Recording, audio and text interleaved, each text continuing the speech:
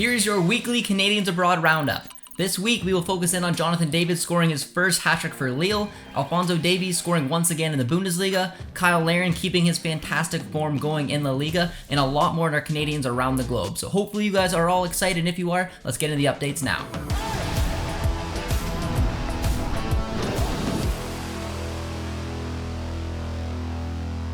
Jonathan David had himself a weekend, and I am very excited to talk about it. He started and played 84 minutes as a striker in a 4-2-3-1 system, and in the match, David had 3 shots, he had 28 touches, completed 88% of his passes, created 1 chance, and scored his first ever hat-trick for Lille, which meant that he passed Eden Hazard as Lille's top scorer in all competitions in the 21st century. David's first goal of the match was a pure striker's finish as he made an excellent run into the box, got on the end of the cross, and found the bottom corner. He then stepped up and coolly tucked away 2 penalties to complete the hat-trick and helped Lille pick up a point against Lyon. Lille will be very disappointed with themselves to not walk away with the win, blowing a 3-1 lead late in the match and having to settle with a 3-3 draw. With the result, Lille now sit 6th place in the table with a 13-7-7 record and are only 1 point off the European places.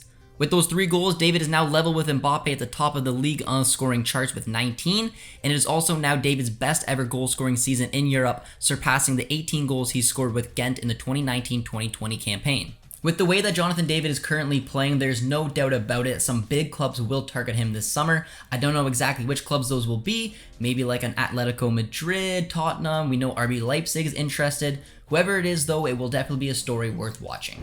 This past weekend, Alphonso Davies was back in action, starting and playing 78 minutes as a left wing back in a 3-4-2-1 system. In the match, Davies completed 83% of his passes, had 9 recoveries, created 1 chance, had 59 touches, and scored his first Bundesliga goal in over 2.5 years. You know what? Honestly, what a goal it was, as Cancelo put in a beautiful cross for Davies to smash into the roof of the net.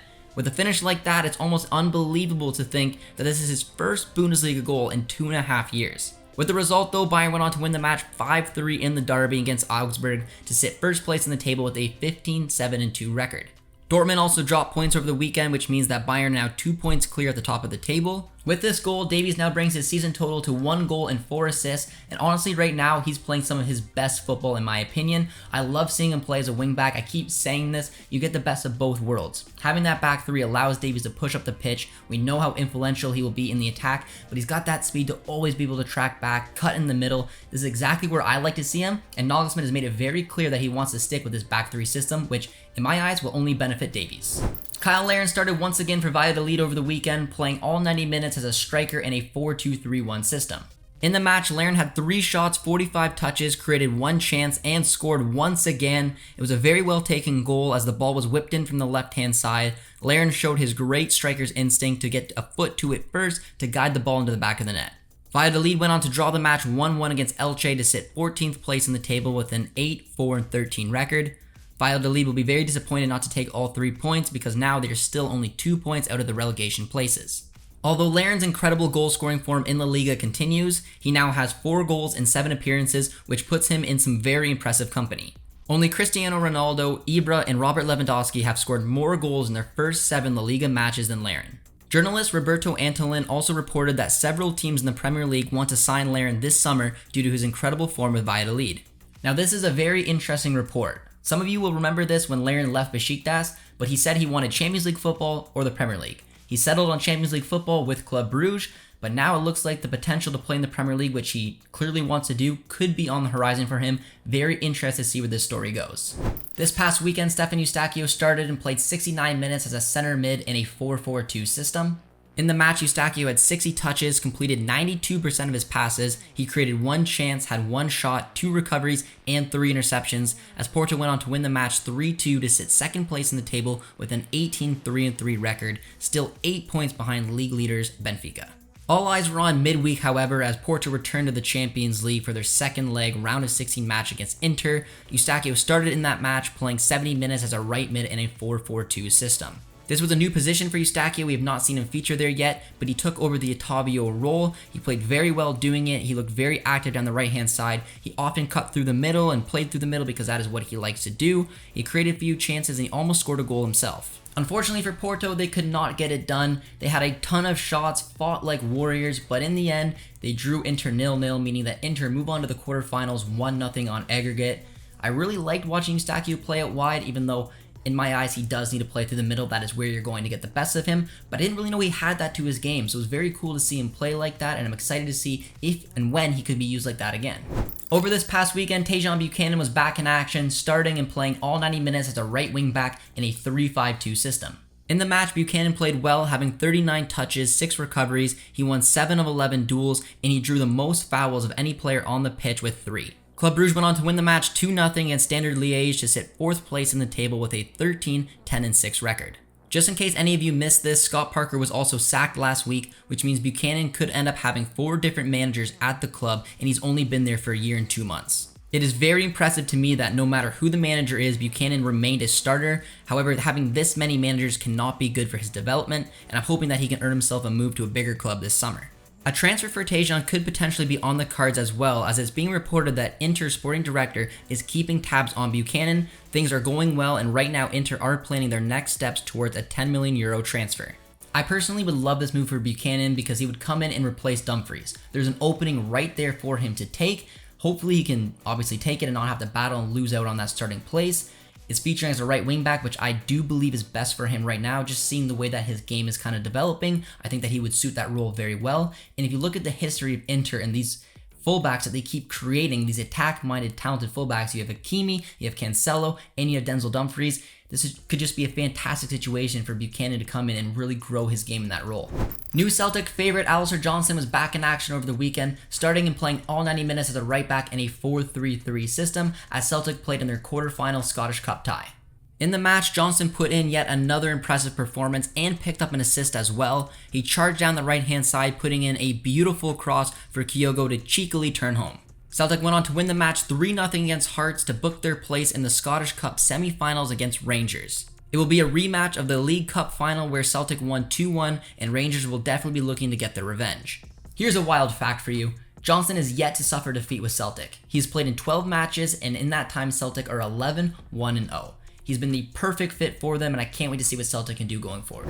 Samuel Adekugbe played in his first match for Galatasaray over the weekend, starting and playing all 90 minutes as a left back in a 4-2-3-1 system.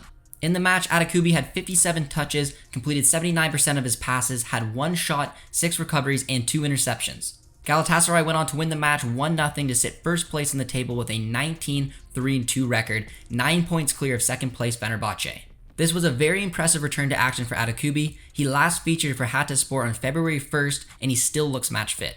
It is not easy to move to a new club, start right away, and to do it without playing a match for a couple months is absolutely wild to me. He played all 90 minutes and he looked great doing it. The more time he has at Galatasaray, the better you'd have to imagine Adekugbe will become, especially with this high-flying Galatasaray that plays some very attractive football. It'll be nice, too, for Adekugbe to go off for the international window and get a couple of matches there, get some more minutes under his belt, but I really like this move so far, and I can't wait to see the way that Adekugbe and Galatasaray finish this season. Midweek, Ismael Kone was back in action, starting his first match under new manager Chris Wilder. He played 90 minutes, featuring as a center mid in a 5-3-2 system. In the match, Kone had 19 touches, 2 recoveries, he had 1 shot, completed 93% of his passes, created 2 chances, and was directly involved in Watford's third goal as Kone drove down the right-hand side, showing his great strength and speed, whipping in a fantastic ball that ended up in the back of the net. Unfortunately for Kone, he will not be credited with an assist, however this goal only happened because of him. Watford went on to win the match 3-0 against Birmingham City to sit 10th place in the table with a 14-12-11 record. Now don't get me wrong, Kone played well in this match, but he wasn't overly involved. Only having 19 touches to me is wild when you saw some of the other touches that the other midfielders had as well as some of the center backs. He wasn't really involved as much as I thought he could be, but when he did have possession, he was fantastic with it. His passing numbers are incredible, and he can show what he does when he wants to have a lane and drive it. He's a very intelligent player, and I can't wait to see how Wilder will use him going forward. Vanessa Gilles was in action over the weekend, starting and playing all 90 minutes as a center back in a 4-3-3 system. Gilles put in a solid defensive shift, helping her side pick up 3 points after winning 2-1 against Fleury to sit first place in the table with a 14-1-1 record. It is very encouraging seeing Gilles have performances like this for Lyon. Her future is still a little bit up in the air, and I'm very curious to see what is going to happen there. Will she stay at Lyon permanently? Will she sign another loan, or will she head back to LA? This past weekend, Ashley Lawrence was back in action, starting and playing all 90 minutes as a left back in a 4-3-3 system. Ashley Lawrence had yet another impressive match. She's a very attack-minded fullback and loves getting very high up the pitch. She did it in this match and helped PSG pick up a 4-0 win over Reims to sit second place in the table with a 13-3-0 record. This title race is crazy as well. We have Gilles at Lyon, we have Lawrence at PSG. Lyon have right now just a 1-point lead. This will be a very, very close competition, and I can't wait to see who comes out on top. Chelsea played in a massive match over the weekend, and it featured a couple Canadians as they lined up in a 4-2-3-1 system with Jessie Fleming starting as a center attacking mid and Tajon Buchanan starting at center back. Both players had very strong performances as Chelsea went on to win 1-0 against Manchester United to sit first place in the table now with a 12-1-1 record. Jessie Fleming has really upped her game recently, and there may be a reason behind that. Yeah, it was a very positive performance over the weekend from Jessie Fleming in particular, and I think she really needed it because at both club and country, it'd been recent weeks recent months even, that she hadn't fully looked herself. She'd still been playing good because Jessie Fleming is a very good player, but it just felt like there was another gear to hit, and feels like she hit that this past week. And I think Emma Hayes also noticed it and aptly pointed out in her post-game comments, saying that Jessie Fleming really needed a performance like that. She in particular highlighted Fleming's defensive improvement, something that Fleming has been working hard on, as this season she has transitioned from more of a winger 10 role as she was playing before, where she was getting a lot of goals, a lot of assists, to more of a pure number 8 role, sometimes playing even in a double pivot. And obviously there's a lot more defensive responsibility. Jessie Fleming isn't the biggest player, but she's been working on her defensive attributes. I think in particular those have shown, because we know she can play the ball, we know she can progress, she can pass and dribble, and I think that's very encouraging because she's going to be asked to do a lot in Canada's midfield going forward, and these sorts of performances are only going to help with that. Over the weekend, Lucas Cavallini was back in action, starting and playing 79 minutes as a striker in a 4-4-2 system. In the match, Cavallini had 37 touches, created 2 chances, had 5 shots, missed 1 good opportunity to score, and he picked up an assist. Cholos went on to lose the match 3-2 against Santos to sit 13th place in the table with a 2-5-4 record.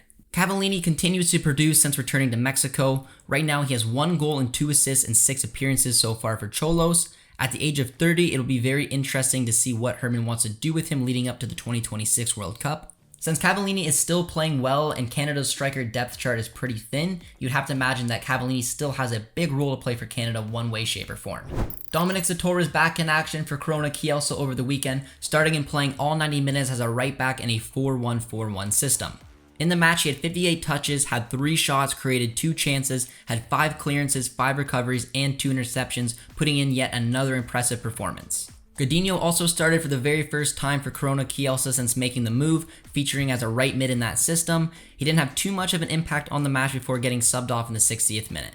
Corona Kielce went on to win the match 2-1 to sit 15th place in the table with a 7-5-12 record and are now 1 point above the relegation places. Ever since Zator went to Poland, he has been fantastic and he has got on John Herman's radar. At the time of recording, the Canada roster is not out, but it has been leaked that Zator is on it. A huge shout out to him. It's fantastic to see him move on from the Canadian Premier League to Europe, get this call up. I'm very curious to see how Herman utilizes him. He's been mainly featuring as a right back for Corona Kielce. However, Canada has Alistair Johnston and Richie Larea, so I'm really curious to see maybe if he gets pushed towards the middle, can play in that back 3, or even just feature as a center back in a back 4.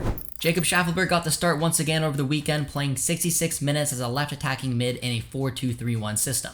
In the match, Shaffelburg had 27 touches, he had 5 recoveries, 1 shot, scored a goal, and was the man of the match. Shaffelburg scored an absolute screamer, and it was kind of similar to his first goal of the season. Hani Mukhtar carried the ball, drawing opposing defenders towards him, and perfectly set up Shaffelburg to slam home a worldie. The technique behind the strike was something else, as was the celebration. As we all know now, Shaffelburg actually forgot what he was supposed to do for the celebration, and Hani Mukhtar kind of had to pick up from there.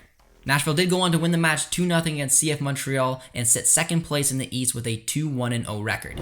This past weekend, Kyle Hiebert was back in action, starting and playing all 90 minutes as a center back in a 4-2-3-1 system. In the match, Hiebert had 68 touches, he won 6 of 8 aerial duels, he had 7 clearances, 3 interceptions, 10 recoveries, he scored a goal, and he was the man of the match. Hiebert's goal came from a free kick that he got his head on and it found its way over the line.